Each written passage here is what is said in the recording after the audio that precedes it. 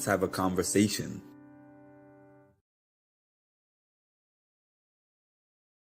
What's happening, people? Good morning. We are Challenge Ride or Dies episode 11 recap. We are 11 episodes in. Last week, Devin made a comment about them being at the midway point. I don't know if there's going to be like 20 episodes in the season. It doesn't seem like it based on the number of people left, but we do know that we have a decent amount of episodes left. This is another good episode. It wasn't my absolute favorite episode of the season, but it was definitely another good one. They are definitely milking the hell out of this Tori and Jordan situation. I know that the producers, when Tori and Jordan both agreed, or mainly when Jordan agreed to come on the season, they were like, oh, great.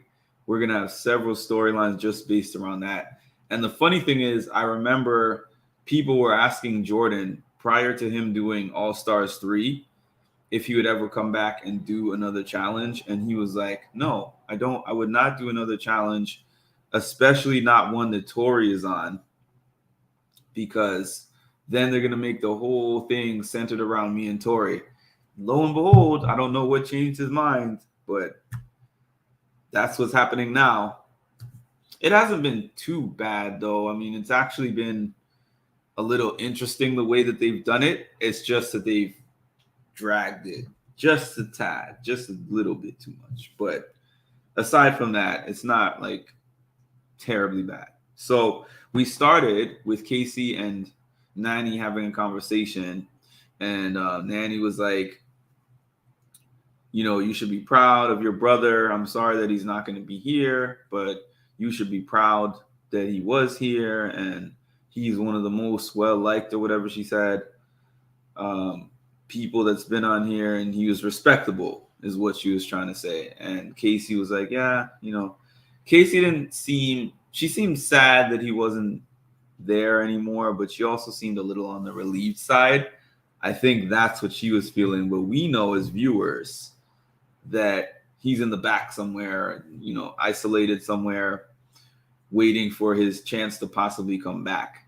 The thing that I'm thinking about the whole comeback thing is I remember the season where they had the Redemption House, and I think there was another season where they had some kind of tournament to come back in the house. That season that Bananas ended up coming back in the house. So it might be one of those things where towards the end, they might have some kind of elimination ring or elimination games to see who gets to come in the house out of those people. And if they do, I hope they actually show it, unlike that one season where they did not. But anyways, we cut to a scene where Nelson is talking to Devin and strangely telling Devin that Tori and Aneesa are snakes. I don't really know why he would tell Devin, of all people, about his feelings about Tori being a snake, considering now it's his ride or die. But I guess maybe Nelson considers Devin a friend in the game. I think he does from history, but no, Devin is not really his friend in this particular game. I think Devin is more snaky in this particular game. Devin is kind of sneaky in general. I kind of feel that way, but even though he says that he's not. But yeah, I don't think that should be the person he's pouring out his sorrows to. But Nelson seemed genuinely upset because he said that his team left him out. Him and Olivia, I guess, got left out of the decision of last week to throw Horacio into the elimination. He said that he didn't know, but the rest of the team knew. So he felt really hurt about that. And the thing about Nelson, I've said this before, not on this channel, but to other people in forums that I'm a part of. When I first saw Nelson on the challenge, I heard him speak and I watched the way that he acted. I was like, this guy cannot be serious. He's just on here to act like a clown. It was just like, there's no possible way that somebody could be this way in real life. And now, after seeing him for several seasons on the challenge, yes, I know that part of it is he plays into his role for the sake of the airtime and the popularity and the callbacks and all that. But he's a really emotional guy. He's a really emotional guy. So when he's talking and having this conversation about Tori and Anissa and about his team in general, he doesn't want to play for the team and he loves Nurys and that's going to be his ride or die. That's his only ride or die and he doesn't trust anyone else completely and all that stuff. He means it. I definitely get the feeling that he means that, and I feel for him. It's hard on a season where you get a ride or die, especially a ride or die that you actually like and trust, and then to at some point have to split from that ride or die and then go on a team of people that you potentially don't trust. In Fessy's case, he doesn't care. He didn't ride for his ride or die anyways, and he just wants to be with the best people. He's kind of like CT in that regard. He's not like CT in any other way, but you know what I mean if you know CT. Like, CT wants to go with who is going to help him win. He doesn't really care about the trust part of it, and that's the same thing going on with Fessy. But in Nelson's case, the trust, the love, the friendship, all that stuff means something to him. So he feels a way about his team because of what they did last time, which Tori actually revealed was pretty much on purpose. So I didn't write this down, but I do remember that there was another conversation taking place, I believe Mariah and Amber, which I've started to notice the format of the show where when it's showing two people have a conversation early, something is going to happen with them down the line. So I already kind of knew that was what was up with that. So there's a conversation with Fessy talking to Bananas, which we don't see a whole lot of. And Fessy was the thing with Fessy. I have written here that he feels self-righteous. And that's the thing with Fessy. Fessy, I'm not a big fan of Fessy, but I don't think that he intentionally tries to screw people over. I think that he is self-righteous in his position. In other words, I think that he can't really see the things that he's doing. I think that when he does certain things with his partners, he feels like I'm motivating you, or if he's much better than a partner from a physical standpoint, and he's frustrated or yelling at the partner, it's like, well, I was doing you a favor by being your partner anyways. When he talks, you can clearly tell that he just never gets the point, is what I'm trying to say. He just does not get the point. Because when he was having this conversation with Johnny, he was explaining to Johnny, like, hey, I told her that you can't have both Jordan and Bananas, and that if you get Bananas, that if you get Jordan, I'm going to get all the strong girls. And I'm like, I don't even really understand.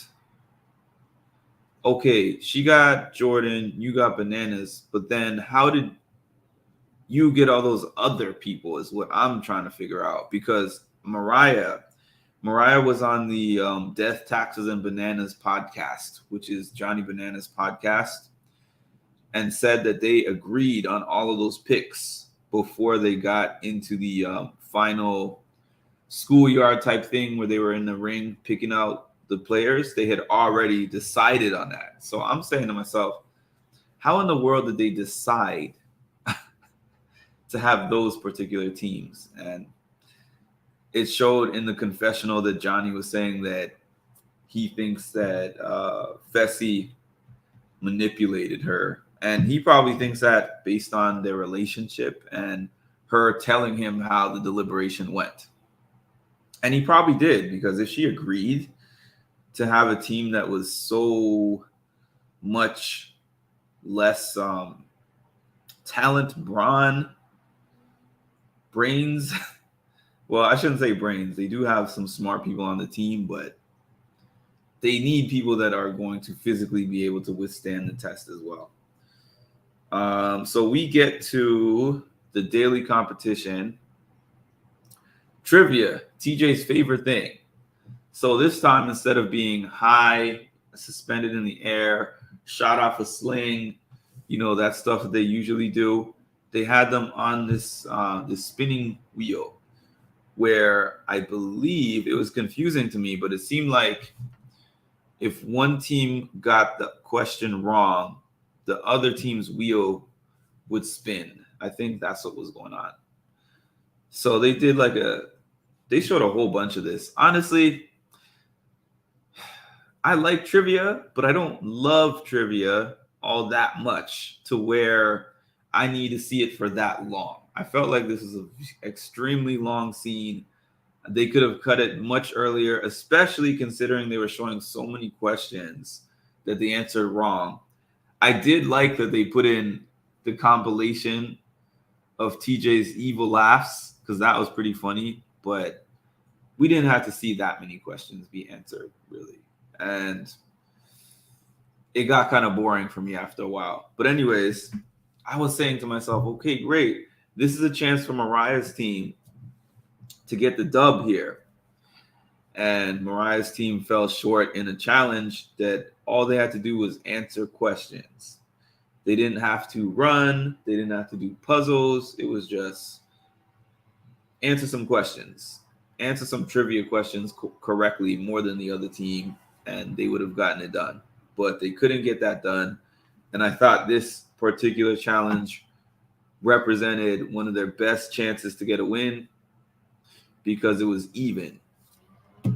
It was even. It didn't matter who's stronger and who's faster or any of that stuff. So they didn't get it done. Johnny got the last question right on the tiebreaker. It was a math question. And that was that. So they kind of were showing a little bit more of the Tori and Nurys beef kind of situation. They were showing Tori. They were actually kind of featuring Tori and things that she was saying to some of the girls and things that she was saying in the confessional, which was basically saying that Nurys makes her feel insecure, that Nurys is beautiful and a strong competitor, and she wants her out of the game. And she was like, oh, it's not personal. It kind of is, but it's not, but it is. The thing is, I understand. I understand her viewpoint because she actually finally clearly said in this episode that she didn't want to be led on by Jordan, when he hooked up with her. And then he went right to Nurys. She admitted that she feels like it's a possibility or maybe even a probability that Jordan has legitimate feelings for Nurys, because she at first was saying that she thought that it was just a ploy for revenge and Jordan being petty.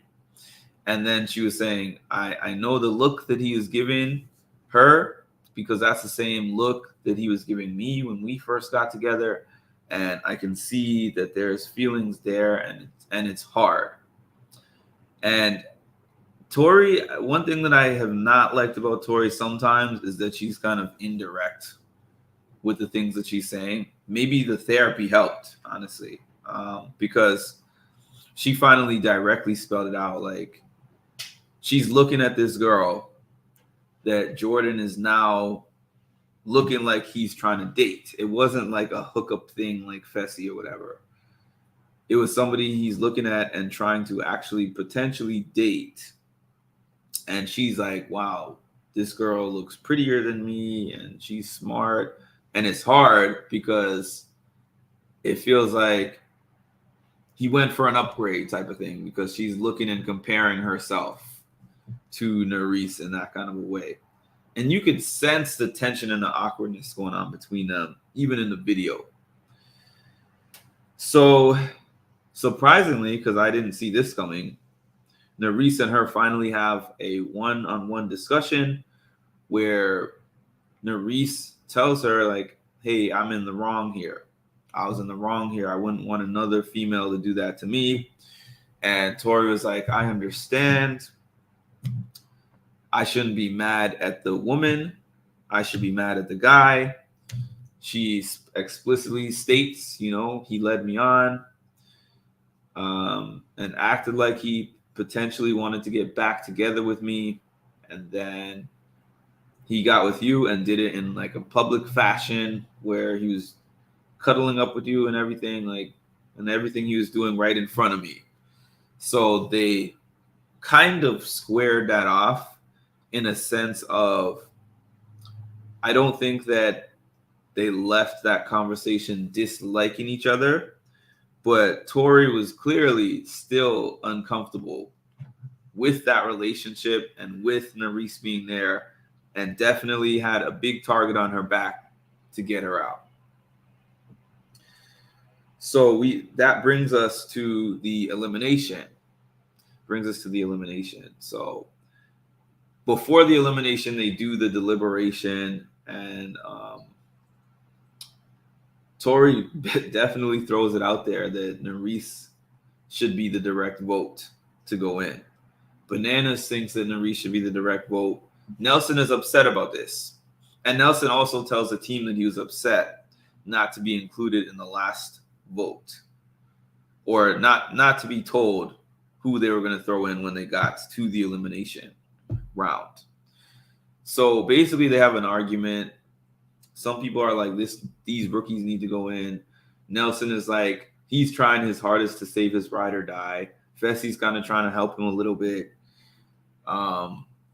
Nelson is like, there's veterans in here that have been proven that you can throw in. But ultimately, it looks like the majority of the people in the team thought Nurys is the strongest female on that team, which is, Nurys is a very strong female, don't get me wrong. But it's like, Amber is good, and Amber has won a challenge before. So I'm wondering to myself, why these vets always underestimate Amber? Like, nobody is sitting here and saying, oh, we need to get rid of Amber as a priority, because Amber has really good cardio, she's good at puzzles, and she's won a final before. But anyways, they're sleeping on Amber, but it is what it is on that. So they put in Nurys as the direct vote. And then after she gets the direct vote, let's see here. Mariah picks the safe dagger. Mariah chooses to save Nanny instead of Amber, which I kind of expected Amber to go off, but she didn't really go off. She was like, it's cool. But I also know that when Amber is like, oh yeah, it's cool, it means that she's upset. And like I said, that was the foreshadowing when Mariah and Amber had the conversation, and they were like, they trust each other, they want to work together earlier, and then Mariah chooses to save Nanny, and that's because she said she made a deal with Nanny earlier that if either of them pick the safe dagger, they'll save each other. But Nanny got lucky because she was like, oh God, if I pick this safe dagger, both of these ladies will know that I made deals with both of them. That's the way the game goes with this whole safe dagger thing, because it's like Russian roulette. Because you remember Tommy and Annalise earlier in the season. Oh, when they made deals with both teams, and everyone was like, oh my God, there's snakes, big brother vibes, Devin said. And Nanny was like, yeah, big brother vibes. It's not like several people so far have made deals with the others that are going for those daggers. Like, if you save me, I'll save you. Several people have done that. It's not even, I don't even think that it was that they did it. Tommy and Annalise I'm talking about, it was that they were new, they were from Big Brother, and they happened to get unlucky to be the team to get the safe dagger, so they had to show their cards. It's really a chess game. And talking to Wes, like both the interview that I did with Wes and just talking to him that I do on Patreon, I really see how intricate this game actually is. So yeah, Nanny got spared in that regard. And then Amber and Nurys had to go against each other. I knew this was going to be a dogfight. I felt like Amber would have a little advantage, just I think due to she's been there before. She might be a little bit bigger, a little bit stronger, but I knew that Nurys is scrappy. So they get pole wrestle, and it looked like it was a real tough battle between the two of those ladies. Real tough battle. And Amber ends up prevailing. She wins 2-0, but it looked like it was a really hard-fought one. And at the end, Nurys was saying in the confessional that the teams were talking to Amber a lot and giving Amber a lot of strategy. I guess particularly the other team, because they wanted Nurys to be out of there. And that seems to be a theme. That definitely seems to be a theme of this season, is the other team or the other teams helping certain teams. It seems like almost every elimination this is happening. I was okay with it once or twice, but it's a little bit too much at this point. I mean, I know it's not the same. I think helping when it comes to a pole wrestle thing is just more like one person hears more encouragement than the other. So it's not quite the same as like the memorization games and stuff like that. But it's just kind of annoying. Just let the people do the eliminations. Cheer if you want, but the whole strategy thing is getting a little bit out of hand. So TJ gives Amber her props and basically says, y'all keep throwing her in here, or y'all throw her in here. She does her thing, basically. And he was like, Amber's a savage. Getting props from TJ, man, I know that makes people feel good. Just like his quitter speeches make people feel terrible. I know his compliments make people feel really good. So they don't know yet that Nurys still has a chance to be in the game, but we already know because of what happened last week with Kenny. So after everybody leaves, she's crying. She comes back. He tells her that she still has a chance to be in the game based on if her ride or die Nelson stays in the game. And she looks like she's really excited about that. And that's how that episode ends. We get into the preview of the next episode. They're showing a lot of things. They're showing more Jordan and Tori drama. It looks like it's going to be a good end to the season. I'm looking forward to seeing what happens with these teams, if there's any twist that makes these teams a little bit more interesting, which I hope there is. I'm interested to see what the final looks like. We have a lot of dogs this season. We really do, especially on Fessy's team, sadly. But we got a lot of dogs this season, male and female. And what else? I'm looking forward to seeing what they're going to do with those people who are out of the game but have a chance to come back into the game. Like I said earlier, I think it either is going to be some kind of a tournament, like a play back in tournament, or maybe some kind of selection. I'm just guessing, speculation. And that's the end of my recap. Thank y'all for tuning in, and I will check y'all for the next episode next week. Have a great one.